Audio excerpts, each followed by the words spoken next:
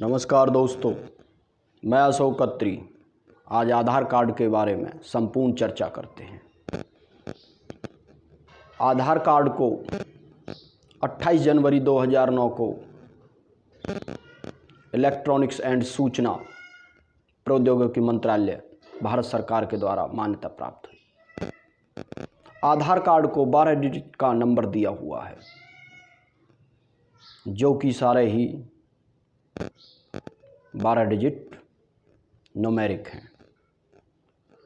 आधार card में mobile number mandate कर दिया गया है। अगर हमारा मोबाइल रजिस्टर्ड है तो हमारा अगर जो आधार कार्ड खो भी जाता है तो हमारा आधार कार्ड पर OTP जाएगा और आसानी से हम आधार कार्ड को निकाल पाएंगे। और रजिस्टर्ड मोबाइल रहेगा तो आप नया खाता खुलवा सकते हैं, सर्विस स्कीम का फ़ायदा ले सकते हैं, उद्योग आधार बनवा सकते हैं, GST फाइल कर सकते हैं, रिटर्न फाइल कर सकते हैं। तो आधार को बनाने के लिए 2 प्रक्रिया अपनाई गई हैं, डेमोग्राफिक और बायोमेट्रिक। डेमोग्राफिक में आप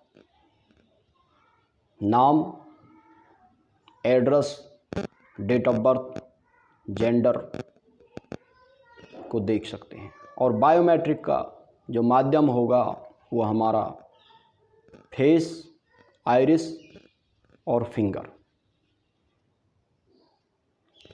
हमारी फिंगर कहीं ना कहीं मैचिंग कर सकती हैं, लेकिन आइरिस बिल्कुल भी कहीं भी किसी भी व्यक्ति के साथ में मैच नहीं कर सकती।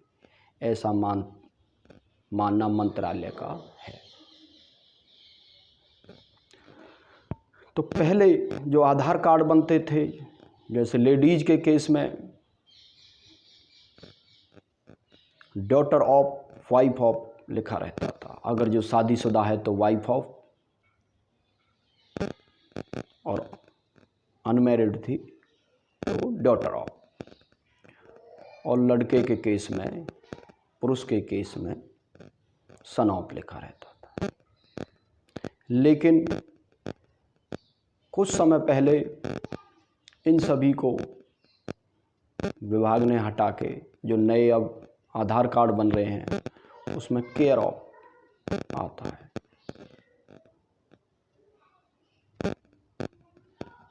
तो ये एक महत्वपूर्ण जानकारी है।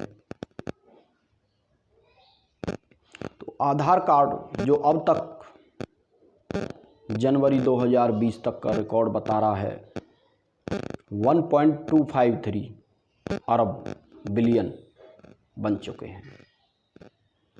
तो इसी के माध्यम से लोग सर्विस स्कीम का फ़ायदा भी उठा रहे हैं। सरकार भी, भारत सरकार और राज्य सरकार भी इसके माध्यम से काफ़ी हितों को साध के चल रही हैं और सरकार को इसमें प्रॉफिट भी काफ़ी हुआ है।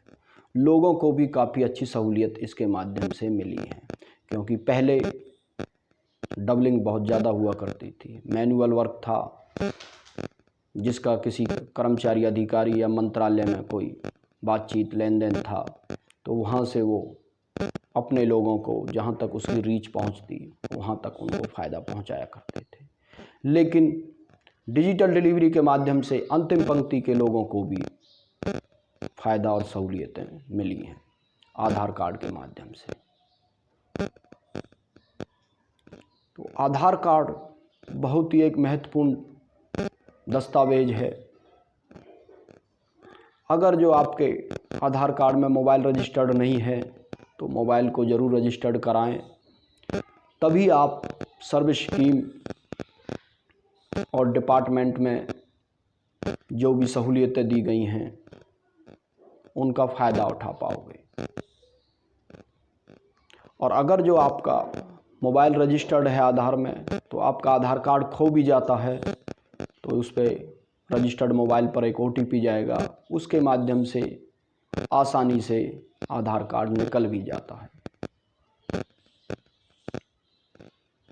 तो आधार कार्ड कई बार हमारा खो जाता है तो हम नए के लिए अप्लाई करते हैं, लेकिन ऐसा हुआ नहीं है, ऐसा होता नहीं है।